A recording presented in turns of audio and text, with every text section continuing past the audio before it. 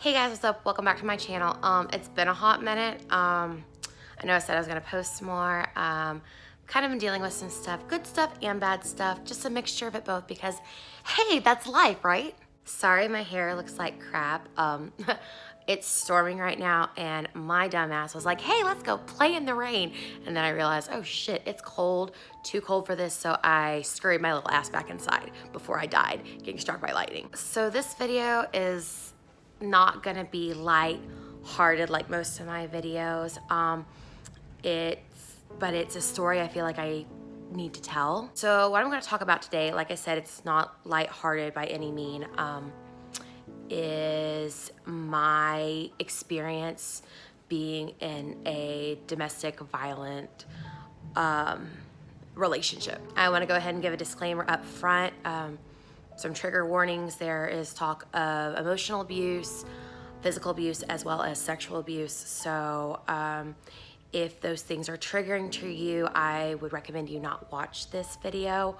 Or if you do, take pauses in between because some of the stuff I'm gonna share is kind of heavy. Okay, here we go. So about end of March, April, beginning of April last year, I was working at a gas station. I was working overnights. And I had matched with a guy on Tinder who was the younger brother of somebody I went to school with. And I knew of his brother, but I didn't really know him. And he knew that I worked at the gas station, and he would come in with a friend and kind of flirt with me, but he was just interested in a booty call. And I'm like, nah, like that, I'm getting too old for this bullshit. His friend, on the other hand, expressed interest in me and dating me. And I was like, you know what? I'll give this guy a chance. I hadn't dated in over a year, mainly due to my health, but also because back in 2018, 2019, I was in a relationship with a guy. It was very much one-sided. I had gotten pregnant.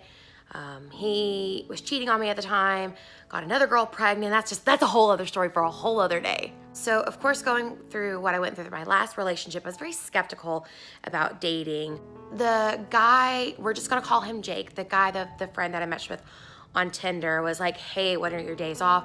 Would you like to, go out to dinner with me, blah, blah, blah. And I was like, yeah, sure, these are my days off. And we went on one of my days off.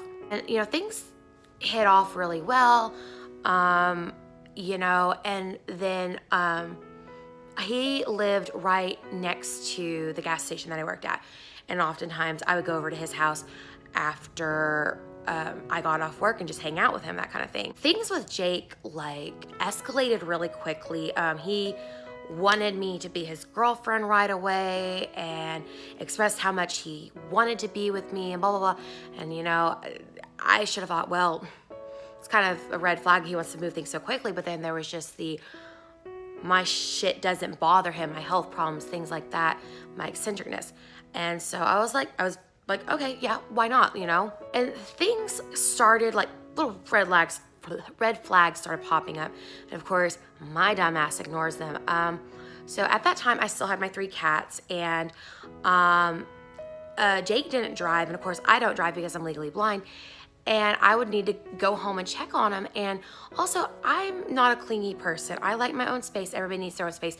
But he would get mad or jealous if I didn't want to hang out with him, or if I wanted to spend time by myself, or wanted to go see my cats. And that was kind of weird, but of course I ignored it. One thing about Jake that I need to add is he's a gamer. I don't have anything against gamers. I don't play video games myself, but I have hobbies that people aren't interested in and things like that. But soon it became very obvious that all he cared about was sex and his video games. And that's he wanted nothing to do with me unless he was getting something out of me. And one of the things that I say in all of my relationships or people that I talk to is I have a best guy friend. His name is Andrew. He lives in New Hampshire.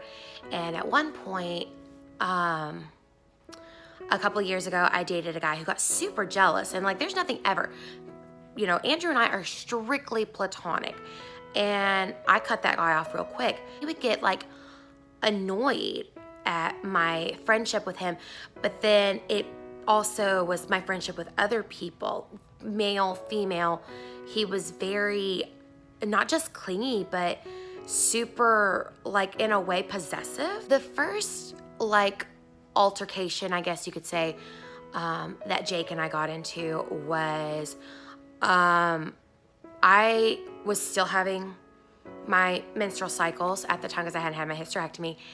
And this was before I had like PMSing, and I was cramping really bad. And like when I have bad cramps, I mean, sometimes double over in pain to the point where I was hurting so bad that I was throwing up.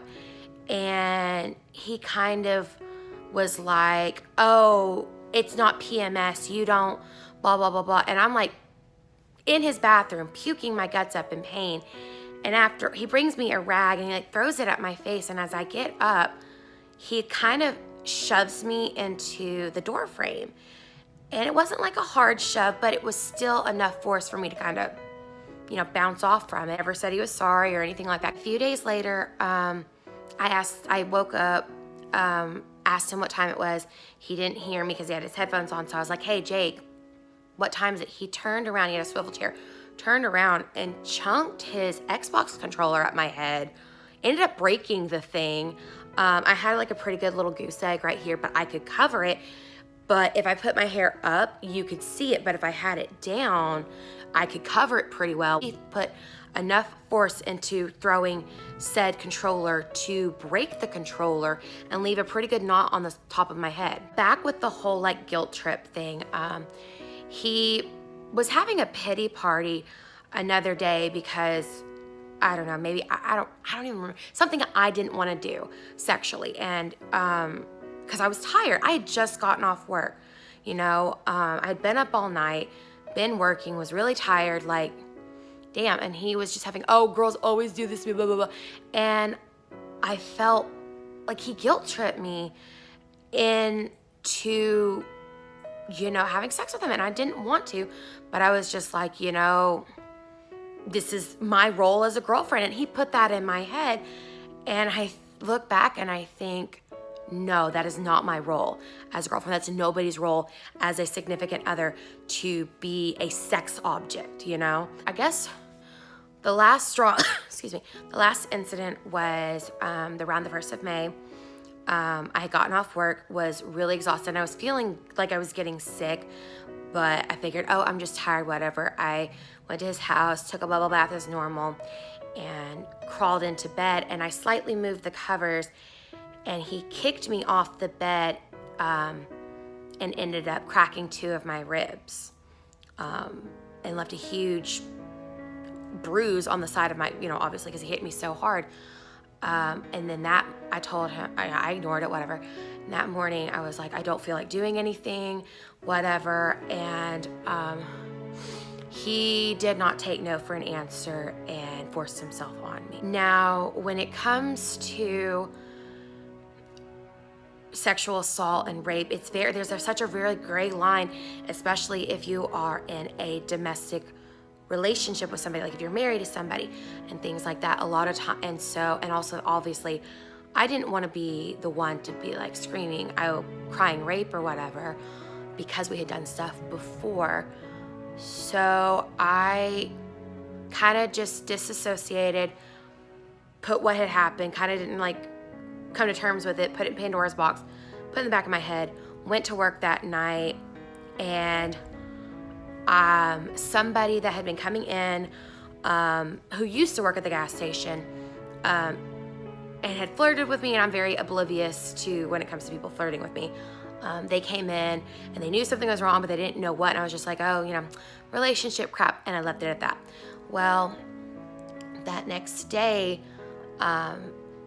this person and I hung out just as friends or whatever, and that night we had tornadoes here in our area, and I don't remember any of it because from all the stress that everything happening, I began having pseudoseizures. If you don't know what a pseudoseizure is, it's basically an anxiety/stress-induced seizure, and they mimic grand mal epileptic seizures. However, on the EEG, which is like a brain, a test they do like for people who have seizures, it doesn't show up anything on your brain waves. So it's, obviously I don't want to downplay it, but it's psychological and it's very much physical, but as far as like on brain scans, it's not, I don't know how to explain it. I'm not a doctor, I'm sorry. And like I said, tornadoes were going on during this time and I was completely oblivious. My friend that I hung out with that day, who eventually was somebody that I eventually dated, she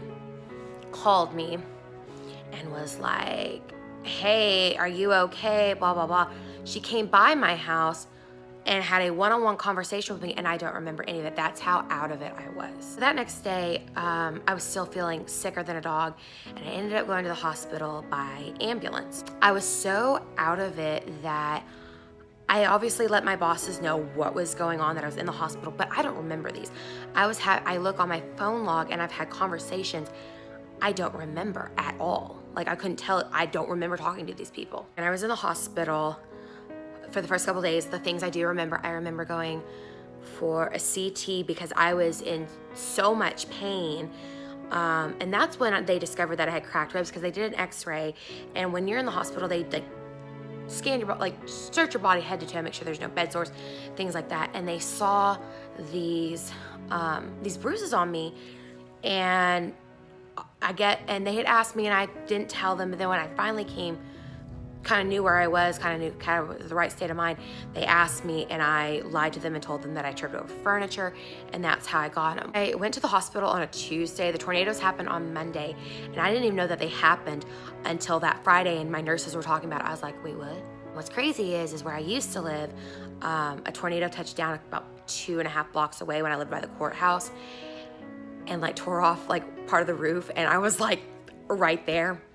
Could have died. While I was at the hospital, Jake apparently put on his Facebook status that he was no longer in a relationship with me. And I guess I had some people messaging me be like, hey, are you not in a relationship anymore? And I'm like, what do you mean? Or did your boyfriend delete his Facebook? And I'm like confused. I go on my Facebook and it just shows that I'm in a relationship, but not with Jake anymore. So I guess he took it up. I guess he decided to break up with me. I don't know.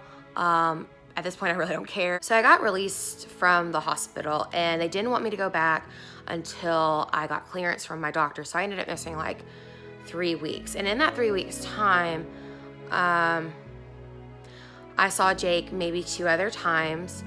I never confronted him about what he did or anything like that. He never said he was sorry. Nobody knew that we were seeing each other. It was very like, keep it low key kind of thing. I don't want everybody to know. Let's try to work things out. I guess, I don't know what was going through my head. And then after I went back to work, I was like, I told Jake, I was like, I don't think I can do this.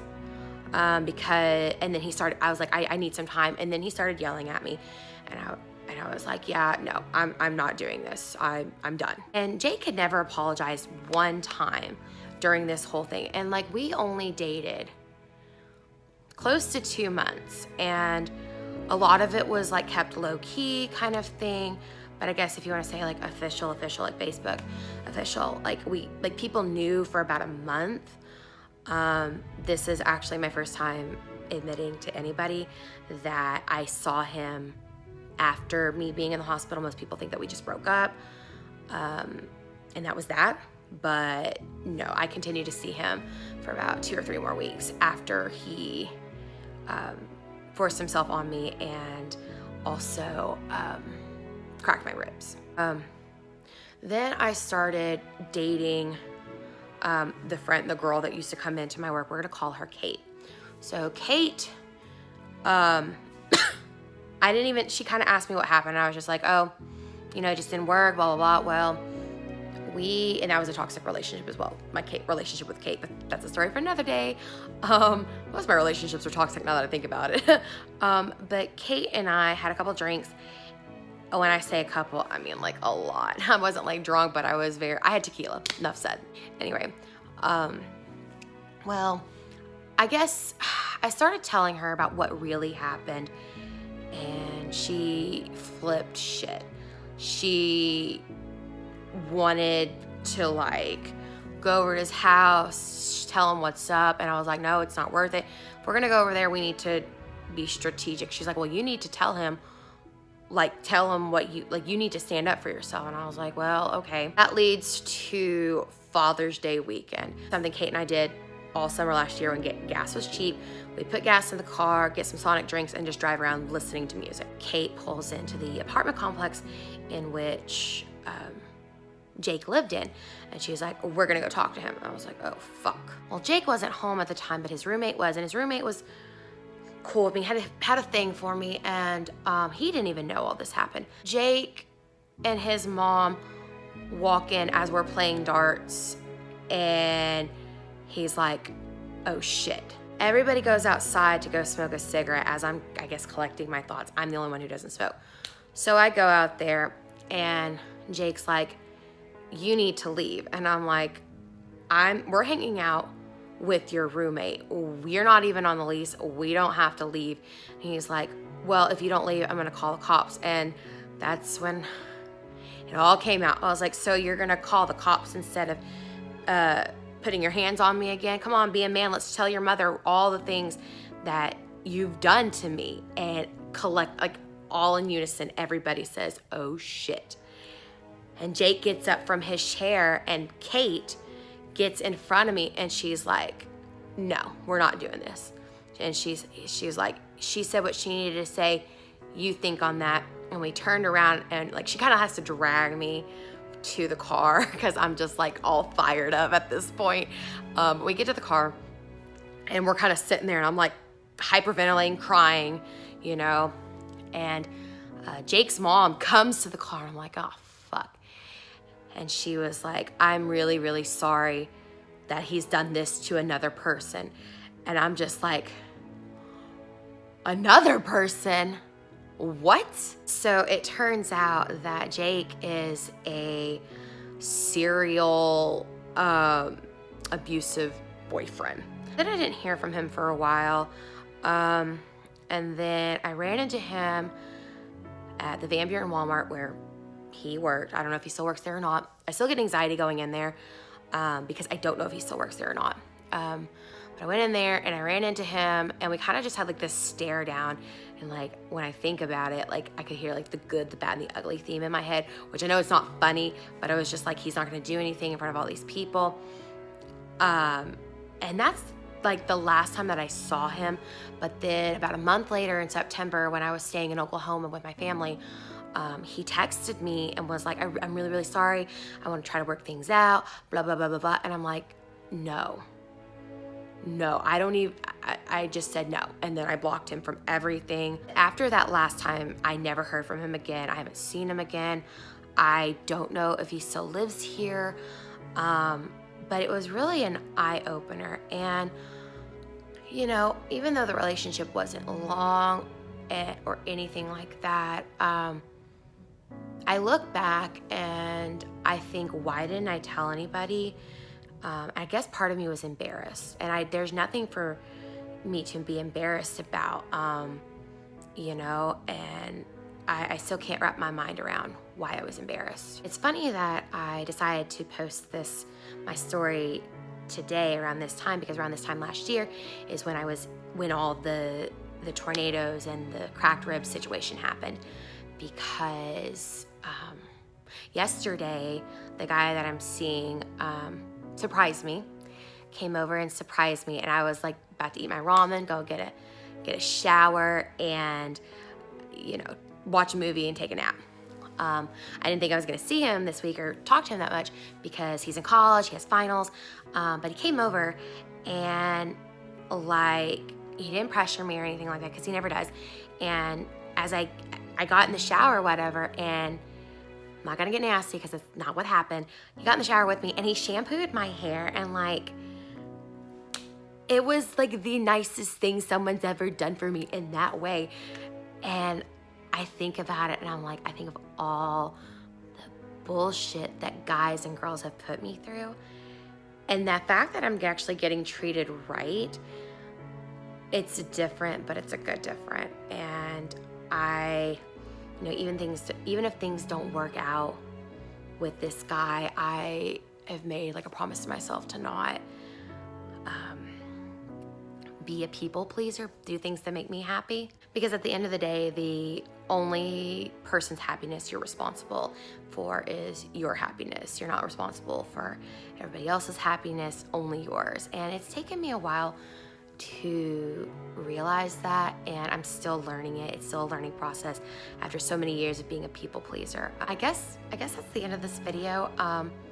Promise my next video will be a happier one, but I feel like even though these stories and experiences suck ass, they should be shared. If you or someone you know is in a domestic violence situation, I've put some links in the bio of the description of this video so you can find the sources to help you or somebody else. That's all I have for today. I hope you all have an amazing week, day, month, and an amazing life. Say bye, Peter. Bye. Bye, guys.